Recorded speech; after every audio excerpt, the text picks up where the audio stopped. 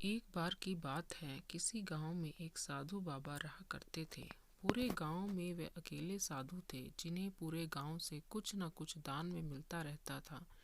दान के लालच में उन्होंने गांव में किसी दूसरे साधु को नहीं रहने दिया, और अगर कोई आ जाता था तो उन्हें किसी भी प्रकार से गांव से भगा देते थे। इस प्रकार उनके पास बहुत सारा धन इकट्ठा हो गया था। वहीं एक ठग की नज़र कई दिनों से साधु बाबा के धन पर थी। वह किसी भी प्रकार उस धन को हड़पना चाहता था।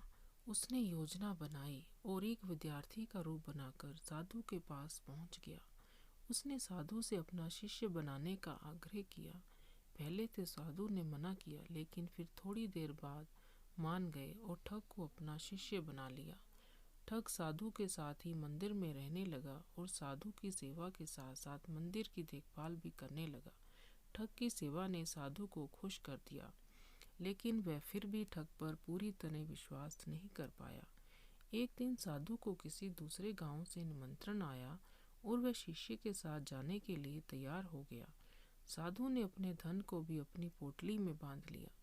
रास्ते में उन्हें एक नदी मिली। साधु ने सोचा, क्यों न गांव में प्रवेश करने के पहले नदी में स्नान कर लिया जाए। साधु ने अपने धन को एक कंबल में छुपाकर रख दिया और ठग से उसकी देखभाल करने की बोलकर नदी की ओर चले गए। ठग की खुशी का ठिकाना नहीं रहा। उसे जिस मौके की तलाश थी वो मिल गया।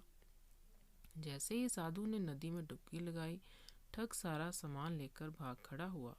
जैसे ही साधु वापस आया तो उसे ना तो शिष्य मिला और ना ही अपना सामान।